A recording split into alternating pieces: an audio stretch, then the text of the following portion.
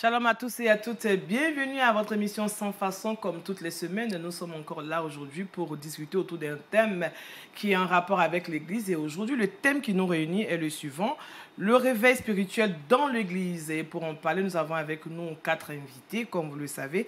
Nous faisons d'abord un coucou à tous ces pasteurs qui sont sur ce plateau et nous saluons le pasteur Kouadio Kofi Simon. Oui, salut. Comment vous allez? Très bien. Alors, vous êtes... Amen, vous êtes le vice-président de l'église baptiste, c'est ça? Oui, baptiste. Vous avez un master en divinité. Oui, en divinité, la spécialité réveil spirituel. D'accord, donc nous avons bien choisi la personne qui va nous éclairer aujourd'hui, c'est sûr. Oui, par la grâce de Dieu. Merci d'avoir accepté notre invitation. Nous avons avec nous le pasteur Lézier Théodore. Shalom, pasteur. Shalom. Vous nous venez de l'église Assemblée de Dieu. Oui. Où précisément?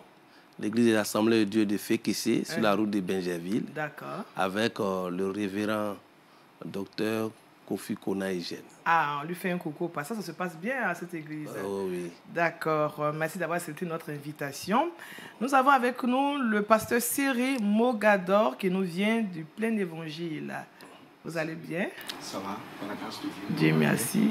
Alors, avec vous, c'est sûr que quand on parle de plein évangile, réveil spirituel, il y a quand même un rapport quelque part. Absolument. D'accord. Bienvenue encore. Et enfin, nous avons le pasteur Déli Jean. Vous nous venez de l'église USO. Est-ce que c'est un sigle? Comment? Oui, Union des églises évangéliques services et de Côte d'Ivoire. D'accord. Issu de la communauté de Jean Folly. Jean Folly, c'est à Port-Bouilly, toujours à Abidjan. D'accord. Bienvenue à vous, chers pasteurs, chers serviteurs de Dieu. Merci. Alors, sans plus attendre, nous allons mettre le pied dans le plat. Le réveil spirituel dans l'Église. D'abord, il serait bien pour nous de définir les thèmes tels que réveil spirituel. Alors, je donne la parole d'abord au pasteur Siri Mogador. Ok. Qu'entendez-vous par réveil spirituel? D'abord, je voudrais rappeler que le réveil spirituel est une nécessité pour l'Église. D'accord. Et dans la définition, quand nous la prenons, le réveil, c'est la cessation d'un sommeil. Donc, on retrouve son état qu'on avait à l'époque. D'accord. Donc, le réveil spirituel, c'est juste retrouver l'état spirituel dans lequel on était. D'accord. Quand on a accepté, par exemple, le Seigneur Jésus. Ok, donc, ok, d'accord. Merci, pasteur. Pasteur Lézier. Oui? Lézier, pardon. Oui. Pour moi, le thème même est un vrai thème, un problème aujourd'hui que nous devons chercher à résoudre. D'accord. Il y a assez d'églises, mais il y a la mort spirituelle. Les gens vivent comme ils veulent. Et ça ne reflète pas la gloire de Dieu. C'est ça. Aujourd'hui, le monde veut voir pour croire. Ils veulent voir l'Église, pour que l'Église puisse les entraîner.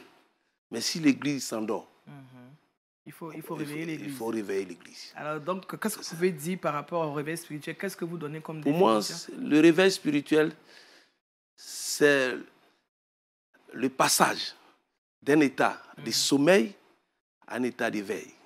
Où l'Église doit sortir de sa situation et un changement de mentalité réel de l'Église.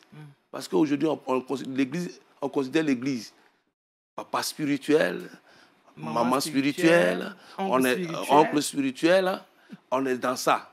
Et l'Église ne fait pas ce qu'elle doit faire en réalité. Je pense que ça sera très chaud aujourd'hui. Pasteur Kouadio, que pensez-vous? Le thème, comme je l'ai dit tout à l'heure, c'est un thème vraiment d'actualité. Et je pense qu'aujourd'hui, nous allons essayer d'encourager l'Église, effectivement, à retourner à l'éternel, c'est-à-dire au réveil spirituel. Alors, le mot réveil vient du mot latin revivere, qui veut dire revivre à nouveau. Donc, ça veut dire qu'on vivait avant et on a connu un temps, on a cessé de vivre et il faut revivre. Donc, quand on parle de réveil spirituel, c'est retourner à son premier amour, retourner à l'état spirituel normal, puisqu'on se retrouve dans un état spirituel qui n'est plus normal. Donc, quand on parle de réveil spirituel, ça consiste à retourner à la vraie parole de Dieu, retourner à l'Éternel des armées. Merci, Pasteur Kwadjo. Pasteur Diligent. Ok, en fait, merci bien pour l'invitation. Oui. Que Dieu bénisse vous. LMTV. LMTV. Merci. Ok, parler de réveil, je crois qu'on l'a dit le collègue, c'est bienvenu. Parce que l'Église aujourd'hui est en train de dormir. Il faut qu'elle se réveille. Sur tous les plans. Aujourd'hui, à force de tout spiritualiser, on oublie que le spirit est dans le physique. D'accord. Et étant dans le physique, il y a des actions que l'Église doit mener pour montrer qu'elle est là. Alors, on parle de réveil, c'est la période à laquelle le chrétien ou l'Église, d'abord, confesse son péché, se répand sincèrement et renonce à sa communion avec le Seigneur. Et ils sont où l'Église va sentir la puissance de l'Esprit à l'œuvre. D'accord. Voilà un peu, je vais m'arrêter là. C'est ce que vous voulez dire, d'accord. Alors, tous les cas, vous avez dit Église, Église, Église. Comment on peut comprendre l'Église? L'Église, c'est quoi exactement? L'Église, est-ce que c'est la bâtisse, quelqu'un qui a un peu d'argent, qui construit un endroit, une maison et qui fait venir des fidèles? Bon, l'Église, comment on définit l'Église? Pasteur Kwadjo? L'Église, ça, c'est important vraiment de définir l'Église. L'Église, c'est d'abord l'ensemble de tous ceux qui ont accepté Jésus-Christ de Nazareth comme leur sauveur et Seigneur personnel.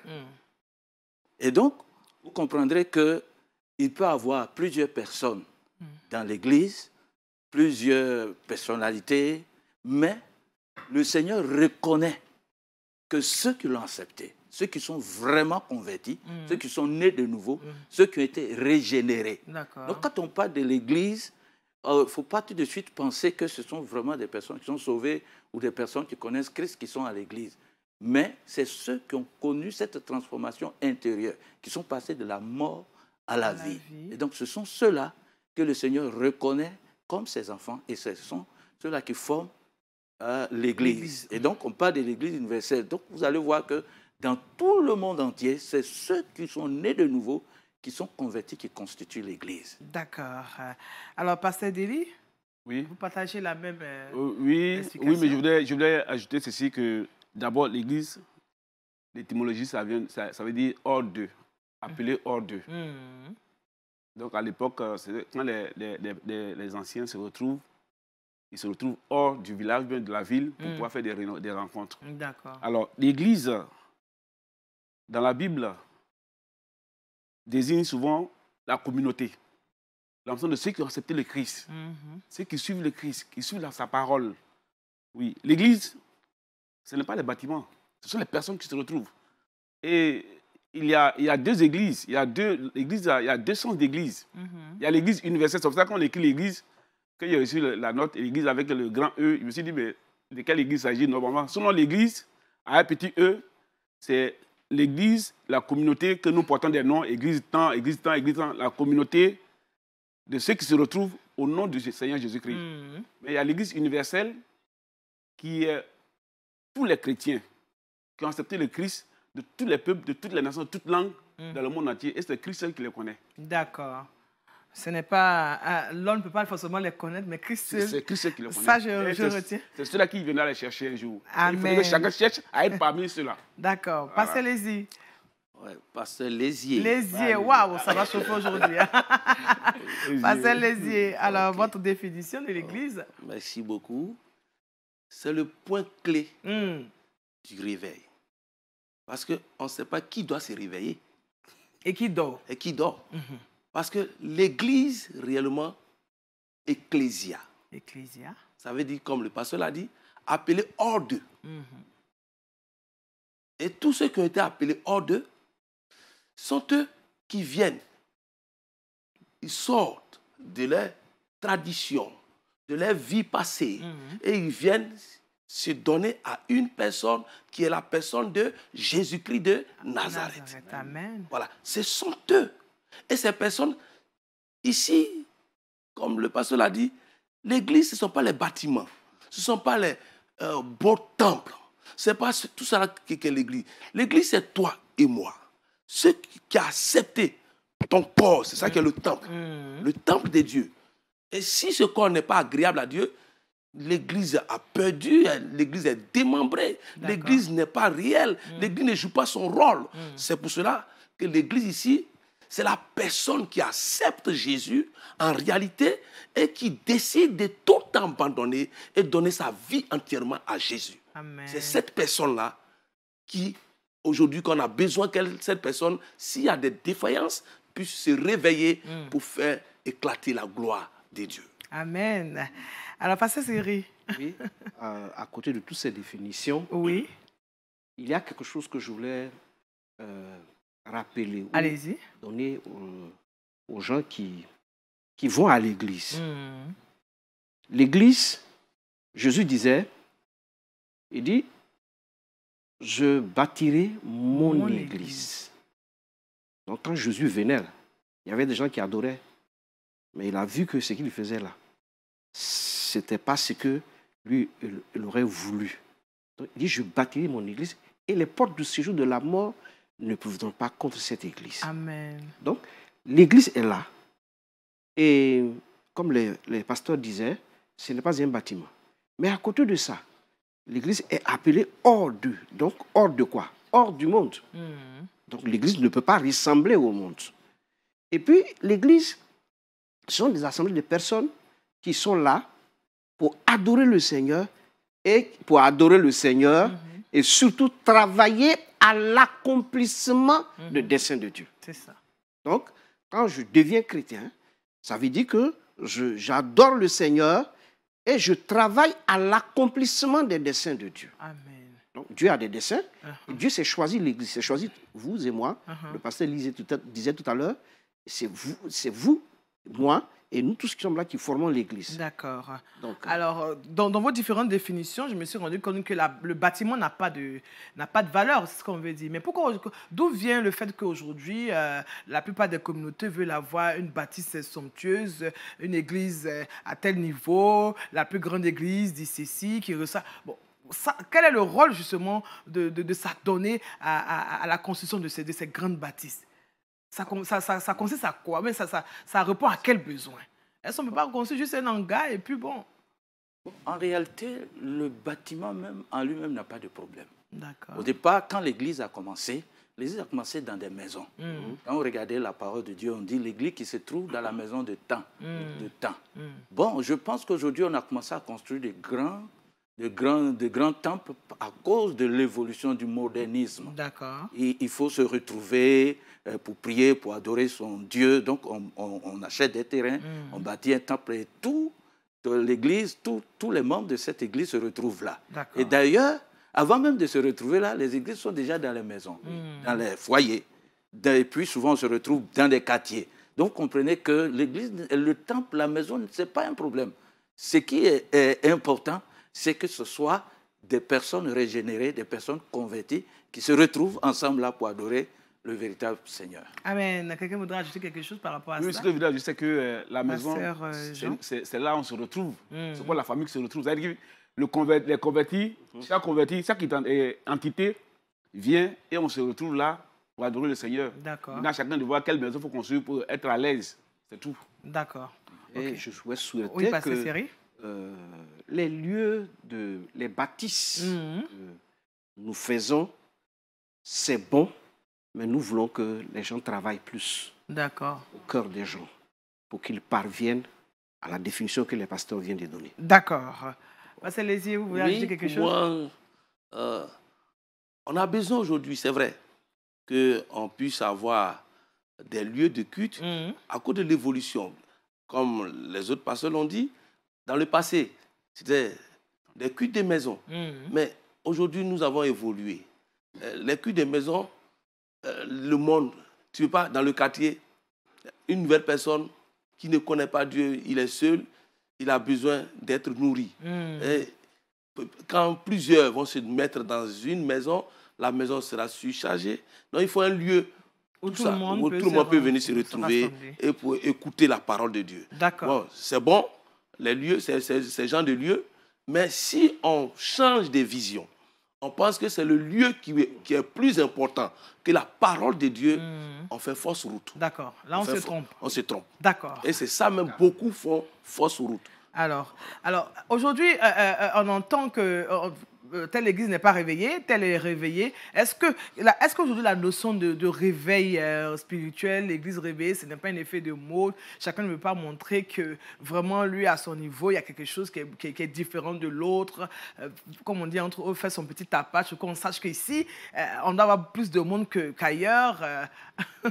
Cette série, je sens que ça vous brûle un peu. Oui, ça me brûle parce que les gens ne connaissent pas ce que c'est que le réveil spirituel. Okay. La vérité, sinon, s'ils connaissent les critères du réveil spirituel, on ne dirait pas que l'autre église est plus réveillée que l'autre église. Non, justement, les critères du réveil spirituel, quand on parle de réveil spirituel, qu'est-ce qu'il y a pour pouvoir jauger qu'il y a réveil spirituel quelque part? Le réveil spirituel part d'abord, la première chose que les pasteurs ont dit tout à l'heure, ils disent quelqu'un qui a été appelé hors d'eux. Donc, quelqu'un qui a accepté Jésus. Ça part de là, tout part de là. D'abord, il faut qu'il accepte Jésus. Et puis, arrivé à un certain temps, comme le pasteur le disait tout à l'heure, il a connu un passage à vie. Donc, il est mort spirituellement. Donc, la première des choses, à mon sens, c'est que il faut qu'il y ait une prise de conscience de son état spirituel. D'accord. Voilà. Il faut qu'il y ait une prise de conscience. Or, malheureusement, beaucoup de croyants en Christ ne sont pas conscients de leur état spirituel. Et ils vivent dans une certaine routine spirituelle et rien à la vérité ne change. Et ils se contentent des activités de l'Église. D'accord. Il y a d'abord ça. Il y a la prise de conscience de son état spirituel. Et après la prise de conscience, à mon sens, il faut revenir à Dieu. Il faut se repentir. La repentance, je dis souvent aux gens qu'on ne rentre pas dans le royaume de Dieu par une autre porte que par la repentance. Amen. Donc, chacun doit se repentir, revoir son état spirituel, demander à Dieu, reconnaître son état spirituel et se repentir. Ça part de là. D'accord. Donc, je vais ajouter d'autres choses plus. Passez les yeux. Oui. J'ai bien dit le nom cette fois. Oui, cette fois-ci, c'est le bien dit. Voilà. Donc, le réveil... Oui. Quels sont les indices pour nous permettre de jauger qu'il y a réveil? Aujourd'hui, le réveil a beaucoup d'indices. Et pour que nous puissions vraiment parler du réveil, il faut que l'Église se réveille. Parce qu'il y a beaucoup de choses. Mais quand l'Église se réveille... Voilà, mais c'est ça. L'Église dort comment? L'Église dort. Voilà, je vais donner quelques éléments oui. que l'Église dort parce que aujourd'hui, quand on parle de mensonges, c'est dans l'Église. Le péché sexuel. On remarque aujourd'hui que tous les gens qui sont dans le groupe, les chantres, ils sont des copains. Je suis même allé dans une église où il y a des lesbiennes. Mais ce sont eux qui dansent, ce sont eux qui chantent, ce sont eux là. Mais ça, on appelle ça la mort spirituelle, parce que c'est une matu vue. Mais en réalité, ils ne sont pas convertis. Ils ne sont pas convertis. C'est ça le problème même réel aujourd'hui. Les gens font des tapages. Le réveil, ce n'est pas des tapages, c'est ce qui est concret. D'accord. Concret. Regardez comme chose. Je peux prendre l'exemple dans la Bible. Allez-y. Pierre a fait des tapages en disant à Jésus, tu es le Fils de Dieu. Toi, tu es le... Voilà. Et Jésus lui dit, c'est ça. Il était là. Mais après, c'est le même qui va renier Jésus-Christ. 3 fois. 3 fois. Il va renier Jésus 3 fois. Mais quand on prend Actes chapitre 5, Pierre, après, quand Jésus, dans Actes, je prends d'abord Actes chapitre 1, verset 8, quand Jésus va leur donner les critères réels même du réveil, mais vous recevez une puissance. Le Saint-Esprit surviendra sur vous. Amen. Et vous serez mes témoins. Mais ça, ils ne pouvaient pas comprendre. Comment on a fait 3 ans et demi avec quelqu'un, et puis il dit maintenant on va recevoir quelque chose, et puis on va devenir témoin. Et là, ils montent au ciel, il y a une prise de conscience, ils vont aller à la chambre haute, 10 jours, quelque chose va se passer. Oui. Et Pierre va venir. C'est le même Pierre dans Actes chapitre 5, verset 12. On dit, on mettait les malades dans les rues, les possédés dans les rues. Et seulement son nombre passait sur ces personnes et ils étaient guéris. Ils étaient libérés. Ils étaient transformés. Les gens même Ils étaient contents. Voilà. Donc, est-ce que là, on peut dire que Pierre a manifesté le réveil? Voilà. Ça, il a eu, au départ, il était dans un zèle. Hein, mais après, il s'est endormi et maintenant, il a pris conscience. C'est lui, Pierre, et ce que Jésus a dit, c'est ce qu'il est en train de réaliser maintenant. Des fois, par manque de réveil, on n'arrive pas à atteindre notre destinée prophétique. C'est ça. Pasteur Kwadio. Oui, j'étais en train de dire que, vous voyez, vous avez posé une question importante. Oui, les indices. Les indices. Comment reconnaître une église réveillée? C'est-à-dire les caractéristiques d'un réveil spirituel. C'est cela. D'abord, avant de donner les caractéristiques, laissez-moi vous dire que ce que nous voyons aujourd'hui autour de nous, ce n'est pas du réveil spirituel. Je suis vraiment désolé. Alors, c'est quoi alors? Aujourd'hui, quand vous voyez qu'on parle de méga church, on dit c'est réveil.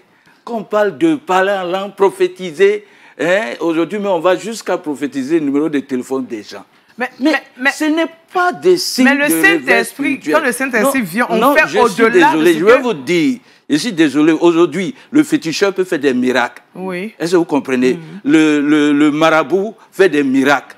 Est-ce que vous comprenez? Le mystique fait des miracles. Mais qu'est-ce qui fait la différence? C'est vraiment les caractéristiques du réveil spirituel. Je vais vous donner 4 caractéristiques. Allez-y. Premièrement, on reconnaît une église réveillée spirituellement quand cette église pratique la sanctification. Cette église marche dans la parole de Dieu, se conforme à la parole de Dieu. Deuxièmement, comment reconnaître une église réveillée? C'est quand l'église, cette église ou cette personne est attachée à la parole de Dieu. Amen. Tout ce qu'elle fait est fondé sur la parole de Dieu. Troisièmement, c'est une église réveillée, c'est une église foncièrement engagée dans l'évangélisation. Et on ne veut pas chercher n'importe quelle âme pour envoyer à l'église. Des âmes authentiquement converties.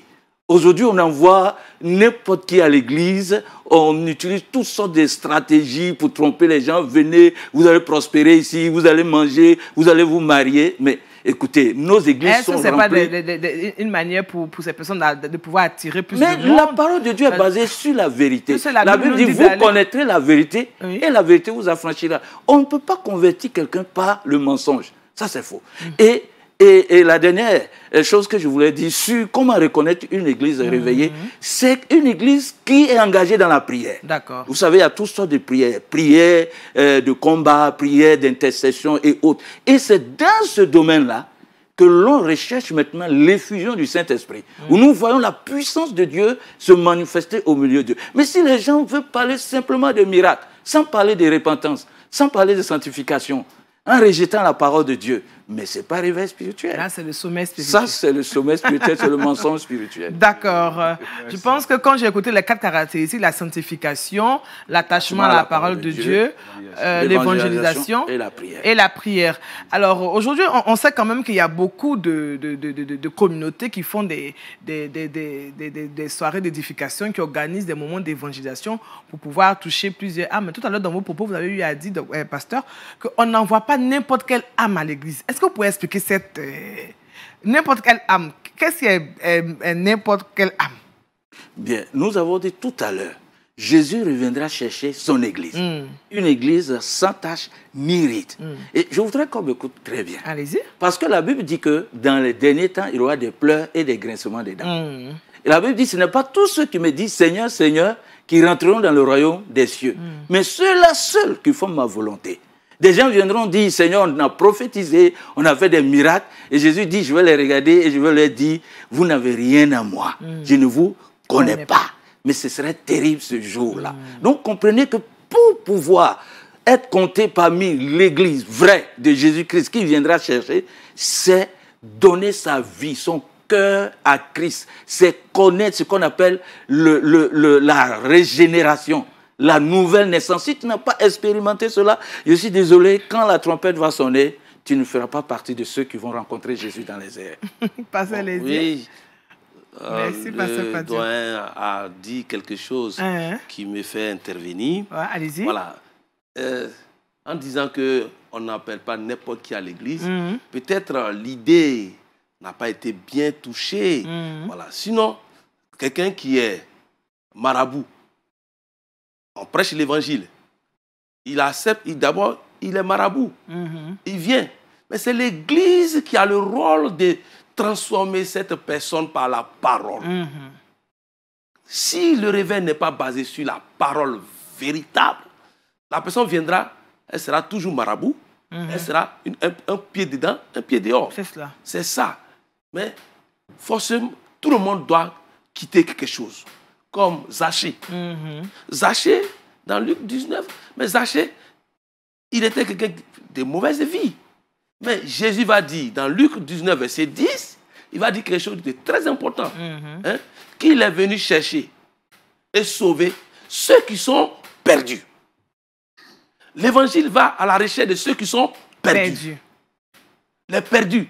Mais c'est l'Église qui a le rôle de les blanchir, d'enlever ses habits qui n'étaient pas à la gloire de Dieu et les transformer pour être des témoins véritables. D'accord. Pasteur Deli. Oui, merci bien. Je voulais dire merci à mes collègues. En fait, dans la Bible, le réveil spirituel dans l'Église, c'est quand les chrétiens vivent dans la crainte de Dieu. Aujourd'hui, faire des veillées de prière, faire de l'animation, comme on le dit, où tout est chaud, ce n'est pas forcément le réveil. Le réveil, c'est quand les chrétiens vivent dans la crainte de Dieu, dans la parole de Dieu. Quand il y a la repentance, la confession, quand les gens se sanctifient, là, on dit qu'il y a le réveil. Le réveil me commande d'avoir de manière personnelle, avant de rentrer dans l'église, de manière générale. Il faut que chacun cherche à être réveillé par rapport à sa communion avec Dieu, sa relation avec Dieu, son attachement avec le Seigneur. Et je crois que c'était là le réveil. D'accord. Alors, je voudrais préciser quelque chose. Allez-y. Nous parlons de réveil, comme les gens l'ont dit. Je bénis Dieu. Tout à l'heure, le pasteur a dû expliquer bien l'idée de notre pasteur. Mais il y a des cas typiques de réveil dans la Bible. Expliquez-nous. Regardez, quand ils ont reçu le Saint-Esprit, dans le livre des Actes, est le livre qui, par excellence, de réveil spirituel du Nouveau Testament. Dans Actes des Apôtres, on dit que la Bible dit, quand Pierre a prêché, au chapitre 2 du verset 37, on dit, ils eurent le cœur vivement touché. C'est par là qu'on commence le réveil. D'abord, il faut que chacun soit confronté à la parole de Dieu et qu'il se dise que son cœur soit touché. Et puis plus tard, dans Actes chapitre 2, verset 41, on dit ceux qui acceptaient sa parole, ils furent baptisés, ils étaient ensemble, ils persévéraient dans l'enseignement. D'accord. Donc la parole est nécessaire. Dans les prières sont nécessaires. Dans la fraction du pain, donc la vie de partage. Il y a des choses qu'on ne peut pas quantifier ici, qu'on ne peut pas mesurer. Quand les gens parlent de la crainte de Dieu, c'est des choses qu'on ne peut pas mesurer. Mais on sait que quand quelqu'un est obéi à la parole de Dieu, ça on peut mesurer cela. Alors, je vous ai écouté attentivement, mais je me rends compte que, comme il a dit le pasteur Deli Jean, le réveil est d'abord personnel avant d'être généralisé. Mais quelqu'un qui se lève, qui va dans une église dite réveillée, une église dite réveillée, qui respecte ce que vous avez dit, par exemple, vous avez dit la sanctification, l'attachement à la parole de Dieu, l'évangélisation et aussi la fraction du pain, la repentance, etc. Est-ce que le fait de dire que je vais dans une église réveillée, ce n'est pas une manière de faire un peu l'apologie de cette église, de cette communauté qui reçoit cette nouvelle personne, cette nouvelle âme? Ou bien on doit être fier de dire que l'église où je vais est une église réveillée? Oh, ça, moi, je ne suis pas un adepte de ça. C'est pas parce que l'église est réveillée que toi, tu vas là-bas, tu seras réveillé. Donc, on va dans une église parce qu'on cherche Dieu. On sait que là, c'est une communauté de personnes qui prient le Seigneur. Et puis toi qui viens là, tu n'as pas les caractéristiques, tu n'as pas les éléments pour évaluer si cette église est réveillée. Il y a un certain nombre de pratiques que les gens mettent en place qui donne l'impression d'être réveillé. D'accord. Voilà. Je voudrais dire que, vous savez, en réalité, les gens fuient les églises réveillées. On peut pas... Pourquoi on fuit une église réveillée? Oui, parce que, Dieu. Écoutez, l'église réveillée mettra l'accent sur la sanctification, sur la consécration, sur la vraie prière, sur l'attachement à la parole de Dieu. Mais c'est pas ce que les gens veulent aujourd'hui. Donc, on ne peut même pas faire l'apologie d'une église réveillée. Au contraire, on a envie de fuir cette église. C'est seulement ceux qui cherchent Dieu, qui veulent connaître Dieu, qui ont pris conscience de leur état de sommeil spirituel et qui cherchent un lieu où vraiment écouter la vraie parole de Dieu, qui va les amener à connaître Christ. C'est ce genre d'église vraie, réveillée, qu'on cherche. Si dans les églises, vous voyez, pourquoi les gens courent aujourd'hui vers où on fait du maraboutage, où on ne parle que de, on va voyager, on va faire ceci, cela. Parce que c'est ce que les gens aiment. Regardez, les gens jouent sur la mentalité africaine. Chez nous, en Afrique, vous savez, toutes nos familles, on a connu ce que c'est que le fétichisme, l'adoration. On a toujours tendance à vouloir, qu'est-ce que mon problème là, ça vient d'où? Il n'y a pas de mort naturelle en Afrique. Donc, quand tu vas dans ces gens d'église, on dit ton problème, c'est ton grand-père, c'est ton arrière-grand-père. Ça devient la divination. Et on aime ça. Et on veut rester là-bas. Mais quand on commence à dire, range ta vie, arrête de marcher dans l'idolâtrie, la débauche, on dit non, le pasteur là, c'est pas un bon pasteur. Mais normalement, quelqu'un qui vient à l'église, pasteur, d'accord, quelqu'un qui décide de venir à l'église, c'est qu'il abandonne ce qu'il avait, la vie passée.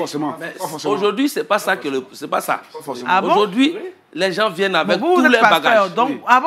Ils viennent avec tous les bagages. Même peut-être ils multiplient les bagages pour venir avec. Ils viennent avec ça. Mais quel est le rôle de l'église justement? L'église... quand une telle personne arrive, quel est le rôle de l'église vis-à-vis de cette personne? Voilà, ça c'est le rôle d'une église réveillée. Quand elle vient, cette personne, elle vient avec tous ses bagages. C'est pour ça que Jésus dit, venez à moi, vous tous qui êtes fatigués et chargés, je vous donnerai du repos. Parce que beaucoup, ils viennent avec... la jeune fille, elle vient avec ses 100 copains. Elle est là, mais elle vient à l'église. Mais c'est à vous de lui dire, mais si une église est réveillée, mais là, comme le pasteur l'a dit, met l'accent sur la sanctification. Moi, j'ai un témoignage palpable. Le gars, il s'en samedi, il se prend une jeune fille, il fait ce qu'il veut. Et comme c'est un guitariste, il connaît les instruments, et il vient carrément, il va d'église en église, il vient ce jour-là, et il va à la guitare, il touche. Il prend, il joue. Une église morte, il n'y a pas de problème. Mais une église réveillée, mais quelque chose va se passer. Mais il me semble que dans cette affaire d'église, des réveils spirituels, le groupe musical est un peu attaqué là. Non, la plupart du temps. C'est de ce groupe-là qu'ils ont des problèmes.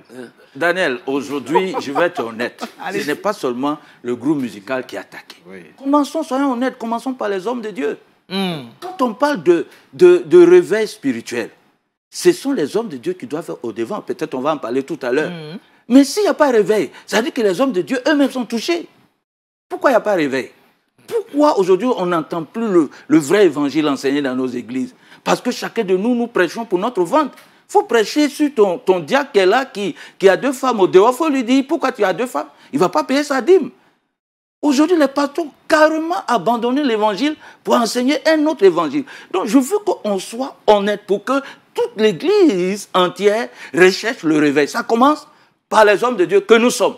Nous avons failli à notre responsabilité. Nous avons enseigné autre chose pour que les gens puissent nous entretenir, nous donner tout ce qu'on a besoin pour être à l'aise. Moi, j'ai toujours dit que ce n'est pas un homme qui m'a appelé au ministère. C'est le Seigneur. Si tu ne veux pas me donner ta dîme, ton offrande pour que je puisse m'épanouir, mais l'Éternel qui m'a appelé, il se souvient de moi, il s'occupe de moi. Donc prêchons le vrai évangile, enseignons la parole de Dieu pour que les gens puissent comprendre que c'est important de se donner d'abord, de se convertir et de marcher dans la consécration. Car la Bible dit que sans la sanctification, nul ne verra Dieu. C'est ça.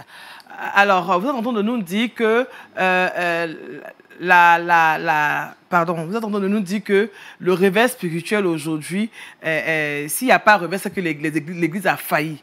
Mais qu'est-ce qui a permis à l'Église de laisser tomber, de ne pas continuer dans cette marche? Moi, je continue sur mon idée. Allez-y. Pour dire qu'aujourd'hui, quand on parle de la mort spirituelle, parce que quelqu'un qui vit mal, et qui vient dans une église, et puis il n'y a rien.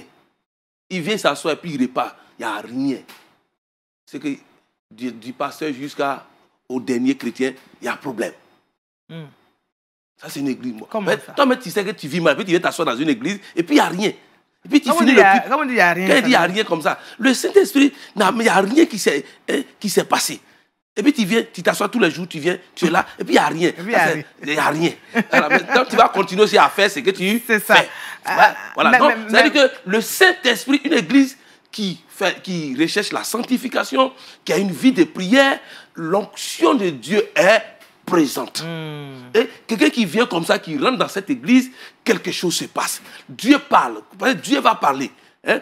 Les hommes, mais Dieu va parler. C'est comme celui que je parlais, il allait faire ce qu'il voulait. Je ne voulais pas seulement indexer, seulement un groupe dans l'église, mais je voulais dire là qu'une église réveillée, on ne joue pas avec. Donc, il est venu pour toucher la guitare, et ainsi parle l'Éternel. Hier, laisse ma guitare sainte. Où tu es quitté? Hier, tu étais avec une femme, et puis quelqu'un d'autre te prend. Ce n'est pas une seule personne, une autre te prend. Hein? Et quand ça a commencé comme ça, tout le monde a eu le regard vers lui. C'était son jour, c'était sa délivrance. C'est top. Non, que le Saint-Esprit peut jouer un grand rôle enfin, joue un grand rôle dans le réveil spirituel. Oui, quand l'Église est sanctifiée, l'Église prie, recherche la face de Dieu, Dieu réside là. Moi, je suis allé dans une église où Dieu, la prophétie dit, depuis 2 ans, je me suis retiré de cette église. On m'a invité. Dans cette église, je prends le micro net, ainsi par l'Éternel. Aujourd'hui, j'envoie mon serviteur. Et voilà. Donc, ça veut dire que Dieu peut se retirer d'une église parce qu'elle ne fait pas sa volonté. Donc, c'est l'homme qui est là, le pasteur peut être là, et puis les gens l'apprécient, les gens l'adorent, mais il n'est pas là dans la volonté de Dieu. C'est ça. Donc, le réveil même là, comme le pasteur l'a dit, c'est du pasteur jusqu'au dernier chrétien.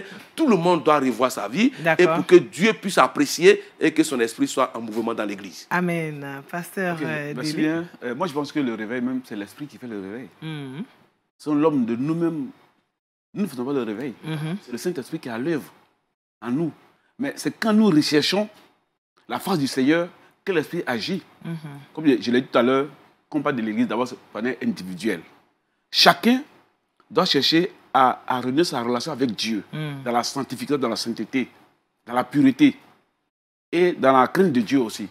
En fait, aujourd'hui, comme l'a dit le pasteur, dans nos églises, quand il y a la parole de Dieu, beaucoup sont gênés ou bien je pourrais dire gênés, parce que quand il y a le message, c'est là on dit qu'on prend tout le temps. On passe plus de temps dans la louange, dans autre chose. Dans les annonces. Et quand c'est à la parole de Dieu, on dit le prédicateur est trop long. Alors que c'est là que Dieu nous parle. Et je pense que celui qui cherche le réveil, il va aimer la parole de Dieu. Il va se donner la parole de Dieu. D'accord. À vous entendre, j'ai l'impression qu'il y a des obstacles au réveil spirituel. Quels sont ces obstacles? Est-ce que vous pouvez les citer? Pourquoi aujourd'hui certaines églises n'arrivent pas à être réveillées? Des communautés, on parle de plus en plus, vous êtes sans ignorer que de plus en plus en Afrique, on parle, on se croit réveillé, mais il y a des choses qui ne sont pas claires par moment. Alors, Pasteur Kwadjo? Oui, je voudrais dire quelque chose d'important.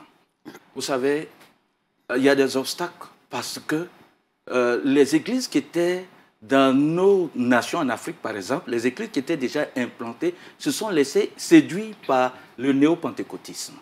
Les gens sont arrivés avec un faux évangile, ils ont commencé à faire du tapage, et puis, bon, tout le monde est rentré dans la mouvance. Vous voyez, je donne l'exemple d'une église qui était correcte, qui enseignait la parole de Dieu, qui priait, et puis une église est venue s'implanter en face. Et dans cette église en face, on fait des prophéties.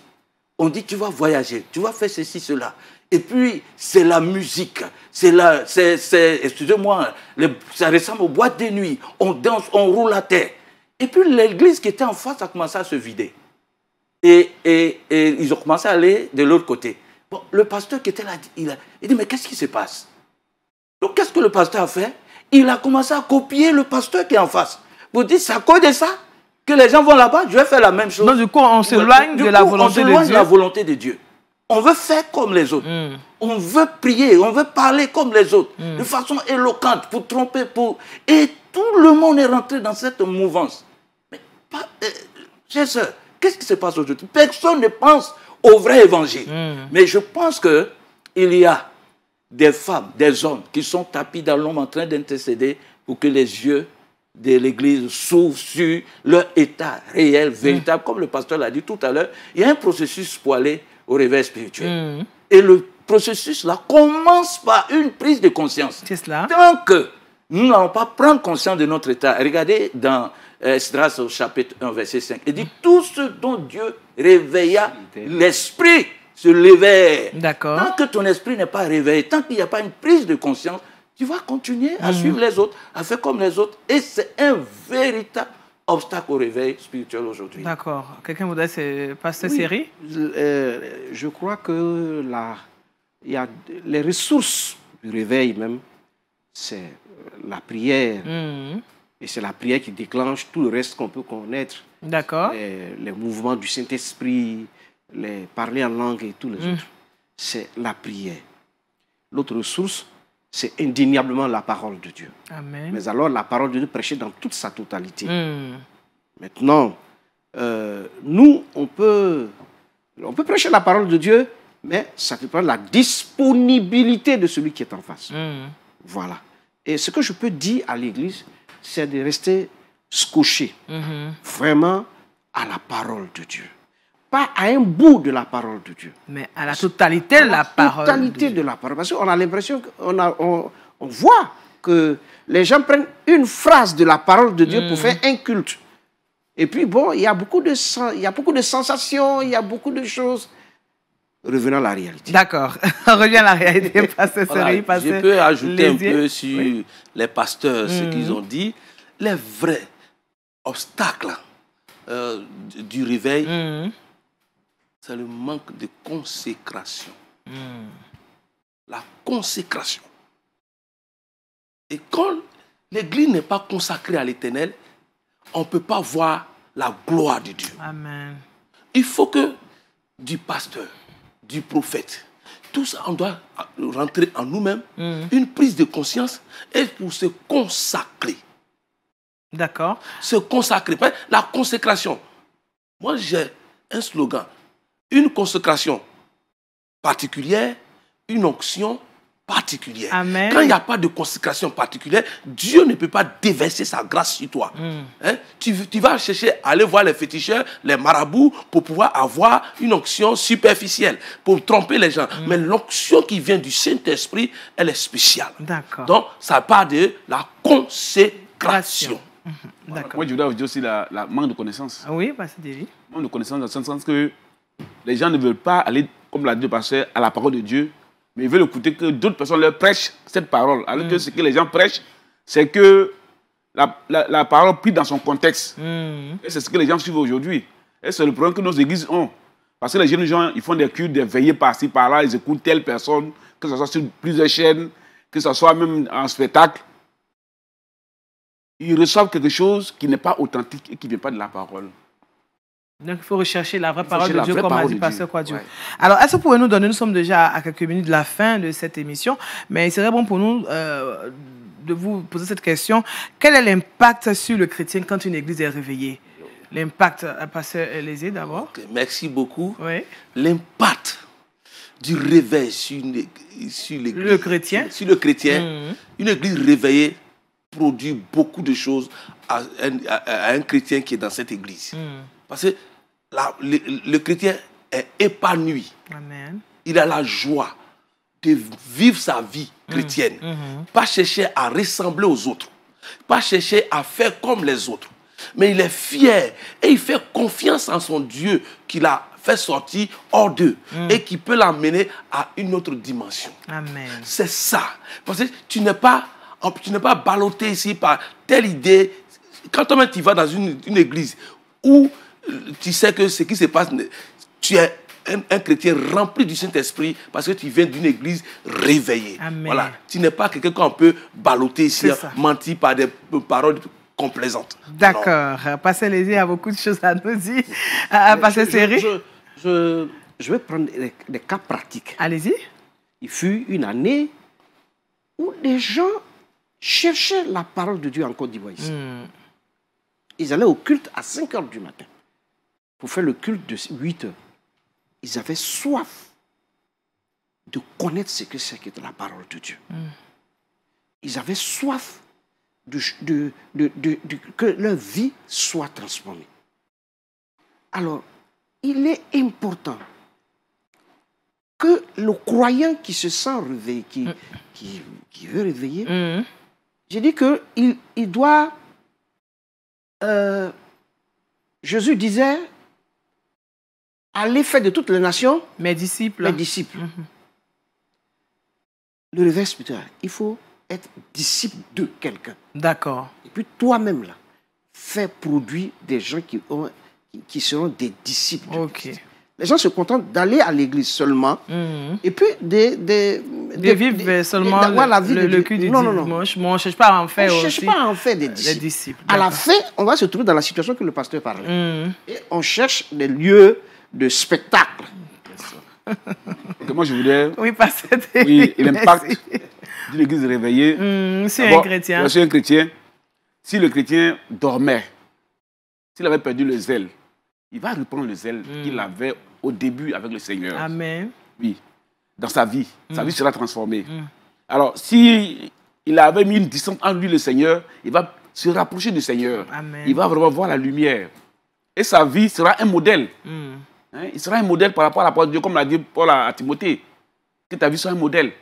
Et il va mettre en pratique la parole de Dieu. Amen. Voilà, je pense que c'est ça aussi. Oui, pasteur Kouadio. Je vais donner un exemple que nous avons vécu dernièrement. Depuis 2018, nous avons pris l'engagement à l'église, chez nous, à Grand Bassam, de rechercher le réveil. Je veux vous dire que le réveil spirituel ne se recherche pas à un programme d'une semaine. Non, le réveil spirituel, il faut le rechercher jusqu'à ce qu'il éclate. Et nous avons pris l'engagement de prier et nous avons fait 4 veillées dans un mois, chaque vendredi. Et au cours de ce programme, le Seigneur nous demande de nous repentir de nos péchés.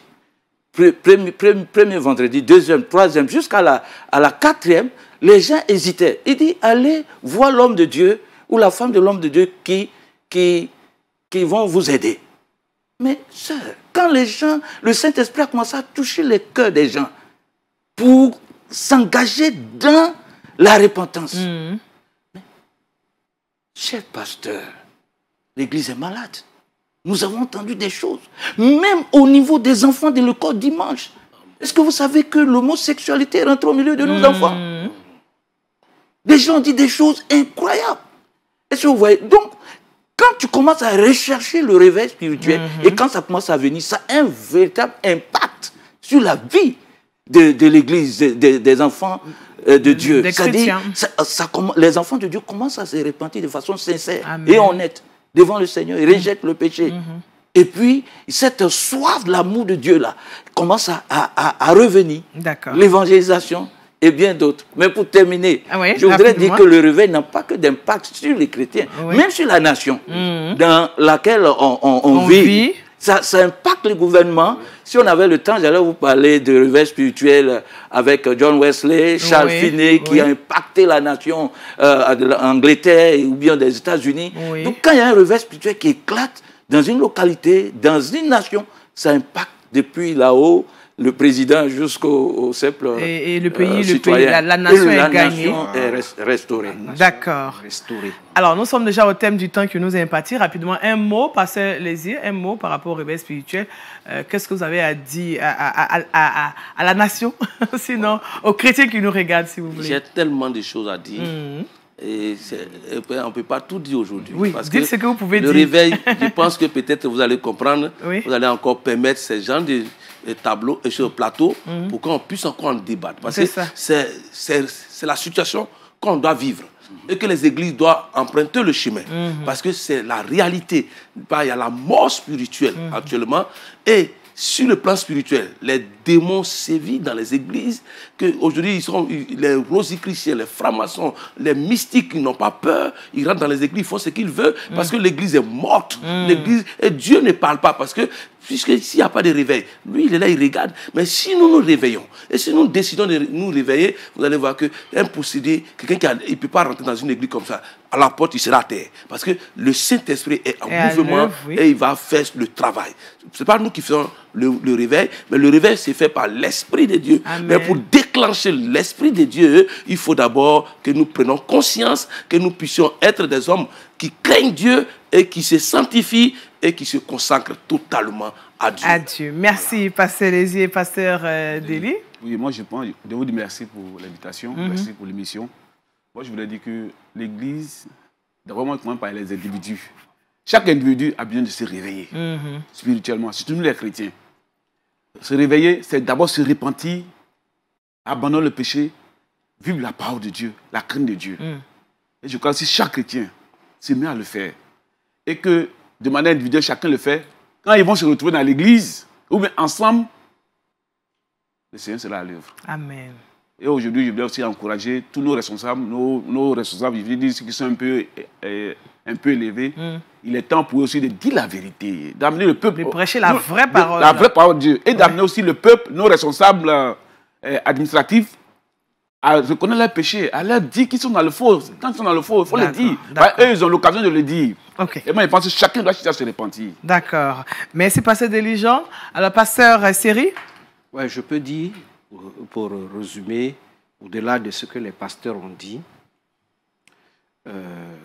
l'Église doit se réveiller, particulièrement en Côte d'Ivoire. Et l'évangélisation fait partie du réveil. Et mais pas l'évangélisation pour annoncer seulement, mais l'évangélisation pour, je reviens sur, pour faire des disciples. C'est ça. C'est la grande commission d'ailleurs. Voilà. Ouais. Et que si je suis converti au Seigneur et que je suis sensible à la chose de Dieu, la ferveur chrétienne, j'annonce l'évangile et celui à qui j'ai annoncé l'évangile, ce n'est pas le pasteur qui va le former, c'est moi qui vais le former. C'est ça, parce que moi-même j'ai reçu du pasteur. Parce que j'ai reçu du pasteur. D'accord. Je ne veux plus laisser il n'aura quitté dans l'oisiveté. Et il ne faut pas compter sur un pasteur pour, dit-on, lui imposer forcément les mains. Nous avons reçu tous le Saint-Esprit. D'accord. Que l'Église se réveille comme ça. D'accord. Ça va impacter, comme le pasteur disait, la nation. La nation. Merci à vous, Pasteur Seri. Puis on termine, Pasteur Kwadjo. Je veux d'abord dire merci à l'MTV. Je pense, de mémoire, c'est la première fois qu'une télévision chrétienne parle véritablement du réveil spirituel. Alors que c'est vraiment important. Donc je lance un appel à vous qui avez cette opportunité de parler à des millions de personnes. Multiplier ce genre d'émissions et parler de réveil spirituel parce que c'est un besoin. Deuxièmement, je lance un appel aux hommes de Dieu. C'est vrai, la responsabilité du réveil, comme tout un chacun, depuis le chrétien le plus simple, mais la plus grande responsabilité, c'est nous les hommes de Dieu. Si le pasteur ne veut pas le réveil, même si les jeunes veulent, il va les étouffer. Donc le réveil doit commencer par nous les hommes de Dieu. Et c'est nous qui devons encourager le peuple de Dieu, à rechercher le réveil. Donc, je voudrais lancer vraiment cet appel. Chers serviteurs de Dieu, la responsabilité nous incombe. Et demain, le Seigneur nous demandera compte. Dans cette situation, qu'avons-nous fait, nous, serviteurs de Dieu? Alors, levons-nous et prêchons le vrai évangile, amenons le peuple de Dieu au réveil spirituel. Merci. Amen. Merci. Ce sera donc la conclusion de cette émission. Merci à vous de nous avoir suivis. Le réveil spirituel, c'était donc le thème, le réveil spirituel dans l'Église. C'était le thème de notre discussion sur ce plateau. On l'a bien compris, le réveil spirituel, c'est l'affaire de tous, que tous nous nous levons pour apporter l'évangile, faire ce que Jésus nous a commandé de faire afin que sa gloire éclate. Soyez bénis. Au revoir.